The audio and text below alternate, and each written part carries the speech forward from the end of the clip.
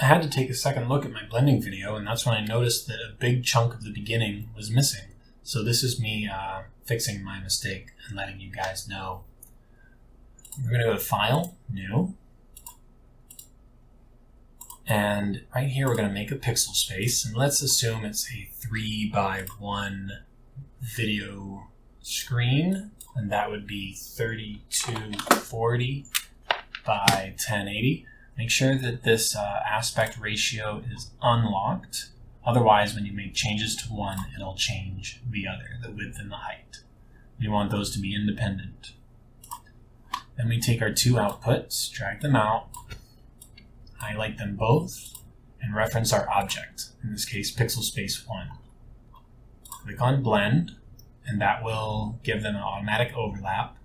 And if you go to our edge blending and enable, then you can see, you can kind of mess around with the light output as the overlap, as far as the overlap is concerned.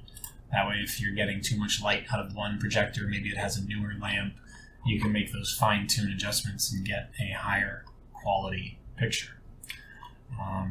I'm not going to show all the spare delays or DSMs. This is just about the blend itself. So we'll go into the rest, apply. We've got one pixel space, and there you can see it. If I had any stills, I could add it in, and you'll see it up on top.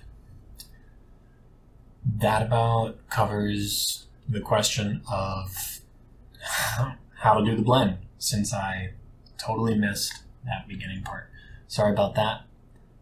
Please continue watching the tutorials, and if you ever see any mistakes in any of my videos, please point them out. I would love to make sure I want to make sure that everybody has the resources they need to put on a good show. Thanks for watching. That's it.